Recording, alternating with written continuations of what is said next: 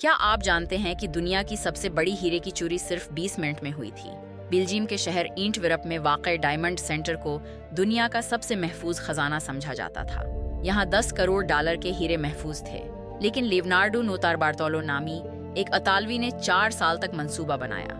वो एक कारोबारी बनकर वहाँ दफ्तर किराए पर लिया, रोजाना आता जाता रहा, सिक्योरिटी से दोस्ती की, हर कैमरे की जगह याद की, हर सेंसर को समझा। फिर एक रात अपने साथियों के साथ अंदर घुसा।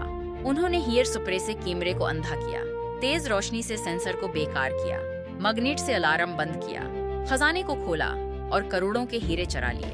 लेकिन एक छोटी सी गलती ने उन्हें पकड़वा दिया।